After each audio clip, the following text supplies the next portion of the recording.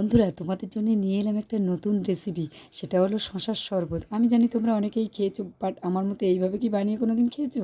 কীভাবে বানাই সেটা তোমাদের সঙ্গে শেয়ার করছি, দেখে নাও বন্ধুরা।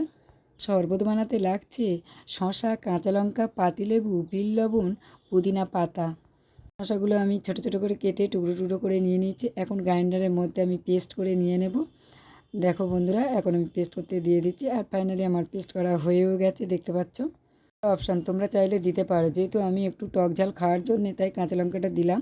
নইলে তোমরা এটা স্কিপ করে যেতে পারো, দেওয়ার কোনো দরকার নেই। আর এখন যেহেতু সেইভাবে গরম পড়েনি, তার জন্য আমি ঠান্ডা জল দেব না, যেহেতু এখন আমি নর্মাল জল দিয়ে বানাবো। আর এটা গরম পড়লে তোমরা ঠান্ডা জল দিয়ে বানিয়ে দেবো।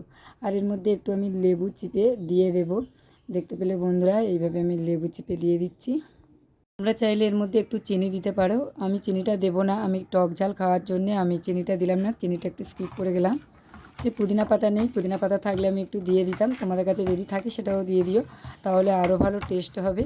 আর দেখতে পাচ্ছ সবগুলো আমি একসাথে এইভাবে মিক্সড করে নিয়ে নিলাম। আমার তো শশার শরবত রেডি, সবাইকে দিয়ে চলো এখন আমার পরিবেশন করার পালা।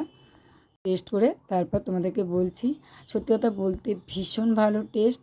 আর এটা গরমের পক্ষে একেবারে উপযুক্ত। এই রকম যদি রোদে থেকে আসার পর যদি কেউ এক গ্লাস এরকম শশার শরবত বানিয়ে দেয়, তাহলে ক্লান্তি তো দূর হবে, আর নিজের শরীরটা একটু সুস্থ মনে হবে, বেশ মানে কি বলবো, ফ্রেশ মনে লাগবে। ভিডিওটা কেমন লাগলো কমেন্ট করো।